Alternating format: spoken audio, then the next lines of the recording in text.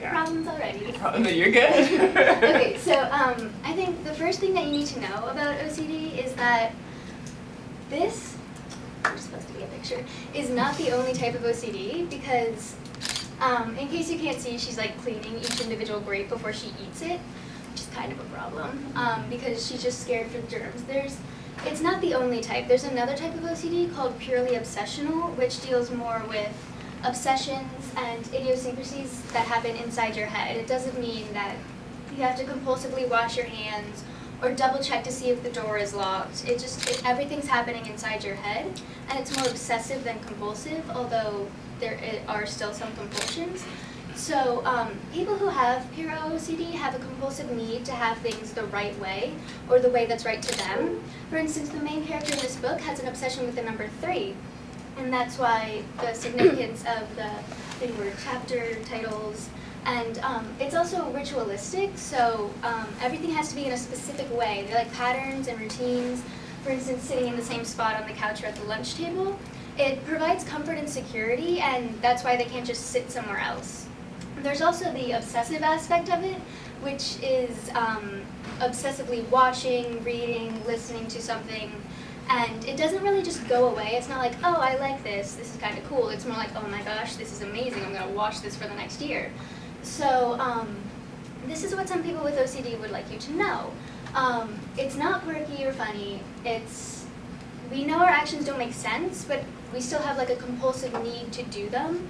And please, for the love of God, don't tease anyone. It just kind of makes things worse for them, and we didn't choose this. We're not doing this to get attention or like to get out of working or anything.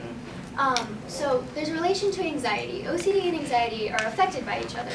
When one's feeling particularly anxious, OCD symptoms increase. But what exactly is anxiety is the question.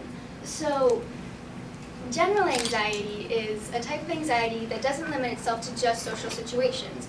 It's intrusive, unpleasant thoughts that induce fear or anxiety. I know, shocking. You're probably thinking, oh, scary thoughts? Everyone has scary thoughts sometimes. Just get over it.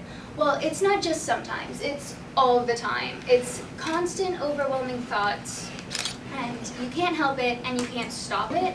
So it's overwhelming. It happens all the time. It's sort of like inhibiting at times.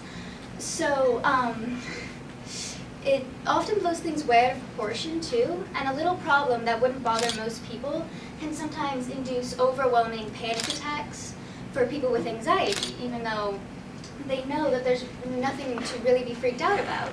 So sometimes it's like to live with anxiety, it feels like every decision you make is wrong. You have problems prioritizing, which sometimes makes homework an issue. Irrational thoughts like I'm a failure, I'm so stupid. Bodily mutiny, which is sometimes like shaking, exhaustion, insomnia, headaches, and like really messy moods like irritability, scaredness, that's not a word, and detachment. And then there's social anxiety, which in my opinion is even worse. It's anxiety caused from social situations, and it's not just being shy. It's a constant fear in social situations and a fear of social situations. And it's not just parties and crowds, even small things like ordering from restaurants, eating in public places, small social encounters like just saying hi to an acquaintance or just eye contact can be a huge problem and bring on overwhelming social anxiety sometimes. And it often leads to like difficulty breathing, blushing. So this is just some stuff, it's like very preventative, and like scenarios that would be simple for some people can sort of like freak me out and other people with social anxiety. So it's like, And again, with general anxiety, can't help it, can't stop it, and you can't just get over it. It's sort of just like, it's always there. So it's not just something that can stop. It's like, oh, well, thanks for telling me that I should stop being so anxious. So what have we learned? Obviously this, but also the fact that OCD and anxiety are mental illnesses, and while they may not be as obvious as some others, it's still a problem, and people still need to be aware of it. So don't joke about it. Try to like be compassionate or supportive, and also they all suck and I hate them. So that's